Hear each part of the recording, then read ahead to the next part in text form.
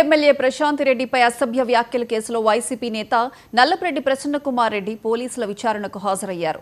3 గంటల పాటు ఆయన్ను డీఎస్పీ శ్రీనివాసరావు ఆధ్వర్యంలో విచారించారు. విచారణ తర్వాత బయటకు వచ్చిన ప్రసన్నకుమార్ రెడ్డి మాట్లాడుతూ కేసుకు సంబంధించి 40 ప్రశ్నలు అడిగారని, వాటికి రాతపూర్వకంగా సమాధానమిచ్చినట్లు చెప్పారు.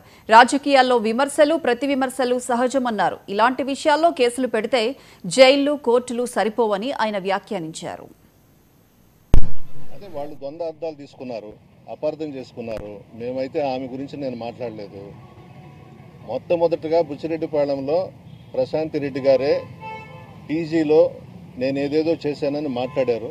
దానికి సంబంధించి నేను కూడా ఆమె ఏమైతే మాట్లాడిందో పిహెచ్డిలో మీరు పలాంది చేశారని చెప్పానే తప్ప వ్యక్తిగతంగా ప్రశాంత్ రెడ్డి గారి గురించి మాత్రం నేను మాట్లాడలేదు. అదే మాటకు కట్టుబడి ఉన్నాను అని అంటే ఆమె పీజీలో నేను ఏదేదో చేశానని చెప్పింది. ఆ డయాస్ మీద పిహెచ్డిలో మీరు పలాంది చేశారని చెప్పినారు. దానికి కట్టుబడి ఉన్నారు. కోర్టులో ఉంది, ఇంతకన్నా మాట్లాడొద్దని చెప్పి అన్నారు లాయర్స్. ఏం లేదు, వాళ్ళని కూడా 5గురు డయాస్ మీద ఉండి నవ్వినారనో చప్పట్లు కొట్టారనో పెట్టినట్టున్నారు. ఇది హాస్యాస్పదం.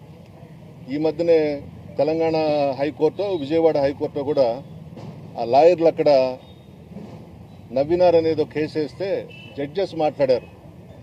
మేము కూడా ఆర్గ్యుమెంట్స్లో నవ్వుకుంటుంటాము, మా మీద కూడా కేసు పెడతారా అని వాళ్ళు కూడా నవ్వుతూ మాట్లాడారు. అట్లా ఉంటుంది.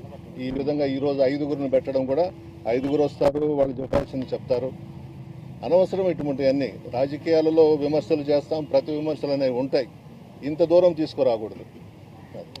ఈ జిల్లాలో 5 మంది మీద వరుసగా కేసులు నమోదయ్యాయి. మాజీ మంత్రులు